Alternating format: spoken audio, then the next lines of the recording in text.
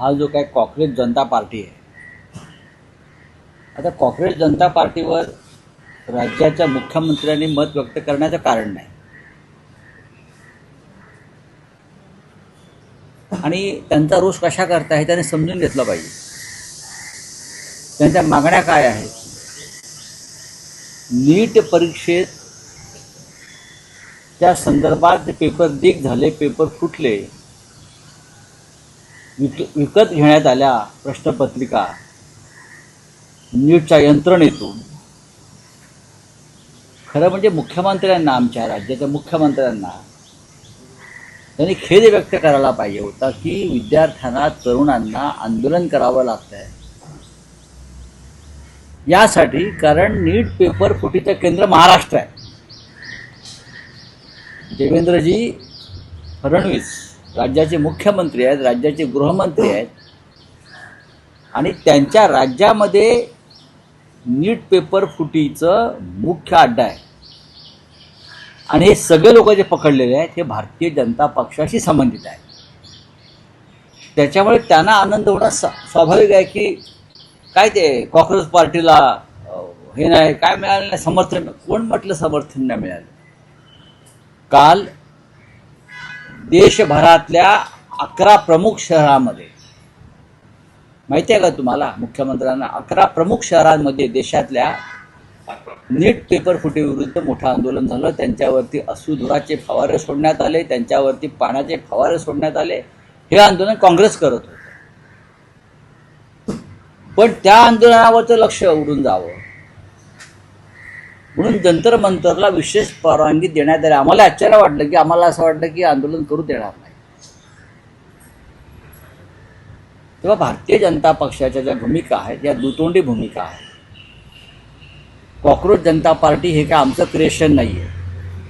कॉंग्रेस जनता party हे भारताचे सरन्यायाधीश आणि भाजपा समर्थक सरन्यायाधीश सूर्यकांत यांचं क्रिएशन आहे, यांचं क्रिएशन. हे काय कोणी आम्ही काँग्रेसने, शिवसेनेनं, राष्ट्रवादी काँग्रेसनं, कम्युनिस्टांनी निर्माण केलेलं हे आंदोलन नाही आहे. जस्टिस सूर्यकांत यांनी तरुणांना, बेरोजगारांना, झुरळ, कॉक्रोच, किडे, मुंगे अशा पद्धतीनं जे काय अवहेलना केली त्यातून हे लोक जमले. त्याच्याशी इतर कोणत्याही राजकीय पक्षाचा संबंध नाही. पण यांच्या मनामध्ये भीती आहे. मोदी असतील, शहा असतील, देवेंद्रजी सारखे नेते असतील, त्यांच्या मनात त्यांच्याविषयी नक्की भीती आहे आणि ही सुरुवात आहे. ही सुरुवात आहे. खरं म्हणजे महाराष्ट्रात सुद्धा हे आंदोलन नीटचं चालू आहे ठिकठिकाणी. काल हरियाणामध्ये झालं, गुरगावला झालं, लखनौला झालं, हिमाचलमध्ये झालं. त्याकडे पण जरा पहा ना, झुळांकडे कशाला पाहतो? ती कारणं तुम्हाला काय वाटतात की आपण पाहतोय की तुलनात्मक दृष्ट्या की फॉलोअर्स आपण जेव्हा मोबाईलमध्ये पाहतो तर ती काय कारण असतील की तरुणाई रस्त्यावरती का नाही उतरत? प्रत्यक्ष वेळ येते येईल ना. मोबाईलमध्ये ज्याप्रमाणे फॉलोअर्सची संख्या, तुम्ही मोबाईल आणि याच्यावरती कुठले आंदोलनं करताय? मी यांना आंदोलन अशा प्रकारे म्हणत असतो, जो रस्त्यावरती उतरतो त्याला आंदोलन म्हणतात.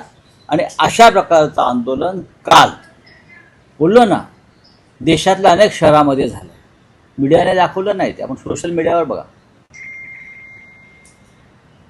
भारतीय राष्ट्रीय काँग्रेसच्या विद्यार्थी संघटनांनी जे आंदोलन केलं काल ते फार ताकदीचं आंदोलन होतं. त्यांच्यावरती अश्रुधुराच्या नळकांड्या फोडण्यात आला, पाण्याचे फवारे मारून त्यांना मागे हटवण्यात आलं. इतकं जबरदस्त आंदोलन होतं. काल तुम्ही जे निवडणुकांच्या प्रक्रियेमध्ये काही बदल झाले पाहिजे असं तुम्ही जे सूचक विधान केली होती, तरच फडणवीसांनी त्याबाबत म्हटलं की निवडणूक प्रक्रियेत नक्कीच बदल झाले पाहिजेत आणि कोणी जर सुधारणांचं बिल आणलं तर आम्ही त्याचं स्वागत करू. नाही, बिल कशाला पाहिजे? अख्खा देश मागणी करतोय. सगळ्यात पहिली सुधारणा बॅलेट पेपरवर निवडणुका घ्या. ही भारतीय जनता पक्षाची मूळ मागणी आहे. सगळ्यात आधी जी मागणी आहे ही बॅलेट पेपरवरती निवडणुका घ्या. दुसरी मागणी आहे की जो पक्षांतर विरोधी कायदा आहे त्यातलं जे 10th शेड्यूल आहे त्याची अंमलबजावणी व्हायला पाहिजे. ती होत नाही सोयीनुसार भारतीय जनता पक्षाच्या. या 2 मागण्या जरी पूर्ण झाल्या आणि विधान परिषदेसारख्या ज्या निवडणुका आहेत त्यासुद्धा खुल्या मतदान पद्धतीनं व्हायला पाहिजे, म्हणजे घोडेबाजार थांबेल. आणि एका चिन्हावर निवडून येऊन दुसरा चिन्हावर दुसऱ्या पक्षात प्रवेश करायचा आणि सरकार बनवायचं आणि त्याला राज्यपालांचं समर्थन मिळवायचं आणि त्या गुन्ह्यामध्ये विधानसभा अध्यक्षांना सुद्धा क्राईम इन पार्टनर म्हणून सहभागी करून घ्यायचं, हे एकदा थांबलं की निवडणूक सुधारण्याचं आहे. विधानसभा अध्यक्षाला कोणते अधिकार असता कामा नाहीत अशा प्रकरणात, कारण विधानसभेचा अध्यक्ष हा राजकीय पक्षाचा चमचा असतो. त्याची नेमणूक तो आमदार म्हणून निवडून येतो एका पक्षावर आणि तोच पक्ष त्याला विधानसभेचा अध्यक्ष करतो. महाराष्ट्राला आम्ही पाहतो हे. सर, तुम्ही काल घोडे बाजाराचा जो आरोप करताय त्याला फडणवीसांनी एक विधान केलंय की माणसं प्रेमाने जिंकता येतात, पैशाने नाही. मग 50-50 कोटीचा काय प्रकार होता? एवढं प्रेम असेल, 50-50 कोटी प्रेमानं देणार असतील तर ते 50-50 कोटी जे काय काही हजारो कोटी आहेत ते इतरांनाही पाठवून द्या ना प्रेमानं. जे तुमच्या पक्षाबरोबर येणार आहेत सरकार बनवण्यासाठी त्यांनाच 50-50 कोटी कशाला? या राज्यामध्ये खूप गरीब लोक आहेत अजून, ज्यांना पैशाची गरज आहे, त्यांच्यापर्यंत पैसे पोचवा तुम्ही. प्रेमाने काय जिंकताय तुम्ही? रावसाहेब, आपण बघितलं वरळी डोममध्ये एका तरुणाचा मृत्यू झालाय लाईव्ह कॉन्सर्टमध्ये. नाही, मला माहिती नाही. पुण्यामध्ये सुप्रिया सुळेंनी काल म्हटलं की माझ्याकडे पुरावे आहेत घोडे बाजाराचे, मी सादर करू शकते. त्यावर चंद्रशेखर बावनकुळे म्हणतात की आमच्याकडेही तुमच्या 1000 गोष्टी आहेत. मग 1000 गोष्टी आहेत, मग त्या 1000 गोष्टीचे पत्ते पिसत बसा. या तुम्ही समोर बसा, आम्ही समोर बसतो. दुसरं काय काम नाही ना महाराष्ट्रामध्ये. तुमच्या 1000 गोष्टी, आमच्या 1000 गोष्टी, तुमच्या 1000 गोष्टी, आमच्या 1000 गोष्टी, कसला खेळ चालला या राज्यामध्ये? घोडे बाजार झाला विधान परिषदेमध्ये, हे मान्य करा. बिनविरोध निवडणुका घेण्याचं काही कारण नव्हतं, त्यासाठी एका दिवसात 150 कोटी रुपये खर्च झाले. हे कशाकरता झाले? हे पैसे कोणी आणले, कुठून आले? हे चंद्रशेखर बावनकुळ्यांना माहिती आहे, देवेंद्रजींना माहिती आहे, मिंदे गटाला माहिती आहे, सगळ्यांना माहिती आहे. निवडणुकीच्या काळामध्ये तुमच्या पक्षाचे नेते आहेत वैभव नाईक यांना कालच आता ईडीचा ससेमिरा सुरू केलेला आहे. वारंवार गेले 5-6 वर्षे चौकशी सुरू आहे. त्या चौकशी मागचं कारण समजत नाही, त्या चौकशीला दिशा नाही. वैभव नाईक राजकारणामध्ये सक्रिय झाले, काही आंदोलनं करायला लागले की ताबडतोब त्यांना नोटीस येते. आम्हालाही येते, सगळ्यांनाच येते.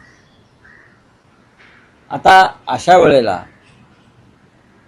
महाराष्ट्राचे मुख्यमंत्री देवेंद्र फडणवीस यांनी अशा प्रकरणात लक्ष घातलं पाहिजे की वारंवार विरोधी पक्षाच्या लोकांनाच लक्ष का घातलं जातं आहे. आता काल मुंबई विमानतळावर आपल्याला माहीत असेल सोने तस्करीच्या प्रकरणामध्ये भारतीय जनता पक्षाच्या कार्यकर्त्यांना अटक झाली. काय रवींद्र चव्हाण यांची जी युनियन तिथे घुसवली आहे त्यांनी, रवींद्र चव्हाण भाजपचे अध्यक्ष, त्यांचे डावे उजवे जे लोक आहेत त्यांना सोने तस्करी आणि सोने चोरीमध्ये विमानतळावरती अटक झाली. याच्यावरती देवेंद्र फडणवीस का बोलत नाहीत? तुम्ही शिवसेनेच्या युनियनला आव्हान देण्यासाठी तिकडल्या जे काय तोडफोड घुसखोरी केली, कुणीतरी एक योगेश आवळे म्हणून आहे, ही त्यांची सगळी गँग आहे. काय करतात पोलीस मुंबईचे, महाराष्ट्राचे? आणि उघडपणे हे दिसतंय मला की भारतीय कामगार सेना शिवसेना प्रणित तिथे मजबूतीनं काम करत असताना रवींद्र चव्हाण एखाद्या गुंडासारखे तिथे घुसतात. पंचतारांकित हॉटेलमध्ये, एअरपोर्टला धमक्या देऊन युनियन तोडतात. हे सगळे गुंड ते आहेत. ते काय त्यातले बरेच लोक हे सोने तस्करीमध्ये विमानतळावर त्यांना पकडण्यात आलेलं आहे. ह्याच्यावरती राज्याच्या गृहमंत्र्यांचं काय म्हणणं आहे का? ह्याच्यावर चंद्रशेखर बावनकुळ्यांचं काय म्हणणं आहे का? घोडे बाजार राहू द्या बाजूला, याच्यावर भाजपचे राज्याचे अध्यक्ष रवींद्र चव्हाण यांचं काय म्हणणं आहे का? या गोल्ड स्मगलिंगचा,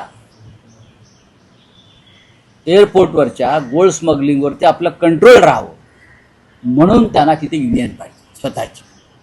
आता हे सूत्रधार हे नवीन हाजी मस्तान कोण आहेत भाजपमधले, हे आम्ही सांगू का? विचारा रवींद्र चव्हाणांना. मुंबई विमानतळावर जसं मुंद्रा बंदरावरती पोर्टवरती ड्रग्स येतं मोठ्या प्रमाणात, ते कोणाच्या ताब्यात आहे? तसं इथे मुंबई विमानतळावर सोनं चोरी आणि सोने तस्करीच्या सातत्यानं घटना घडत आहेत आणि त्याच्यामध्ये भारतीय जनता पक्षाचे लोक सामील आहेत. आम्ही वारंवार सांगत होतो. काल ती कारवाई झाली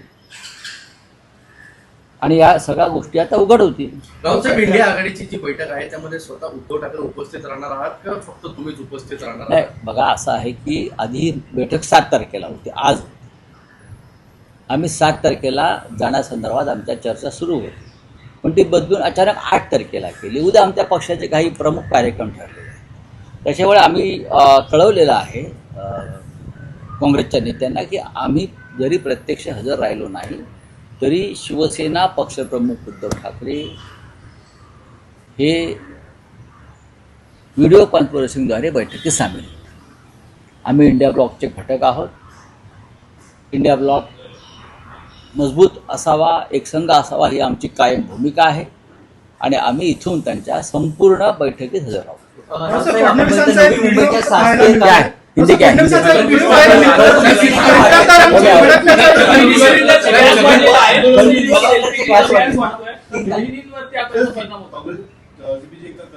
प्रोटेस्ट भी हुआ, आंदोलन भी हुआ, पर लेकिन डिजाइन नहीं हुआ. क्या फ्लॉप शो था? क्या आपको लगता है नहीं, फ्लॉप शो नहीं कहना चाहिए. ये कोई किसी पॉलिटिकल पार्टी का आंदोलन नहीं था. पॉलिटिकल पार्टी का आंदोलन कल हुआ है नीट पेपर लीक के खिलाफ. मीडिया ने उसको नहीं दिखाया, उसके ऊपर कोई अपना रिएक्शन बीजेपी के लोग नहीं देंगे. भारतीय जनता पार्टी ने ये आंदोलन जो कल हुआ है, जो कांग्रेस पार्टी की तरफ से हुआ है नीट पेपर लीक के खिलाफ, हरियाणा में सबसे बड़ा आंदोलन हुआ है, उत्तर प्रदेश लखनऊ में हुआ है, और भी 10 जगह पे हुआ है. उनके ऊपर पानी के फव्वारे छोड़ दिए, उनके ऊपर टीयर गैस छोड़ दिया है. ये पेपर लीक के खिलाफ आंदोलन है. क्यों है? एजुकेशन मिनिस्टर का इस्तीफा लेना चाहिए, धर्मेंद्र प्रधान का. कल का आंदोलन जो एक जंतर मंतर पर हुआ है वो अलग आंदोलन है. वो कोई पॉलिटिकल पार्टी से संबंधित नहीं है. आप उसके ऊपर ध्यान मत दीजिएगा. जो political party, Congress party, Rahul Gandhi, हम सब लोग महाराष्ट्र में पेपर लीक के खिलाफ आंदोलन कर रहे हैं. पेपर लीक का सबसे बड़ा सेंटर कहाँ है? महाराष्ट्र में है, लातूर में है, मराठवाड़ा में है. उस बारे में बीजेपी ने, महाराष्ट्र की बीजेपी ने बात करनी चाहिए. सर 29 रुपया महंगा हुआ है घरेलू गैस, इसका क्या है? 29 रुपया महंगा हुआ है. 29 रुपीज. 29 रुपीज. तो क्या जश्न मनाएंगे? सर विपक्ष एकजुट जश्न मनाएंगे. महंगाई बढ़ रही है, जश्न मनाएंगे, श्री राम कहेंगे, नमो नमो कहेंगे और शांति से बैठेंगे. और क्या है? सर विपक्ष एकजुट है क्या इस मामले में कि महंगाई की वजह से प्लस इंडिया विपक्ष एकजुट है. देखो, ये जो महंगाई की जो आग है वो बीजेपी के जो समर्थक है, अंधभक्त है, उनको क्यों नहीं लग रहे मुझे मालूम नहीं. उनके पास कौन सी जादू टोना है. लेकिन विपक्ष की जो जनता है, जो मोदी के खिलाफ खड़ी है, जो सड़क पर उतर रही है, वो मिडिल क्लास गरीब लोग हैं, वो सड़क पर उतरेंगे और उतरना शुरू हो गया है. सर इंडिया की मीटिंग आप जाने वाले हो के लिए? बात ऐसे है कि हम जाने की पूरी तैयारी हमने की थी 7 तारीख की, लेकिन अब 8 तारीख को मीटिंग है. तो थोड़ा हमारा पॉलिटिकल पार्टी का एक बहुत बड़ा कल इम्पोर्टेंट मीटिंग और रहे है.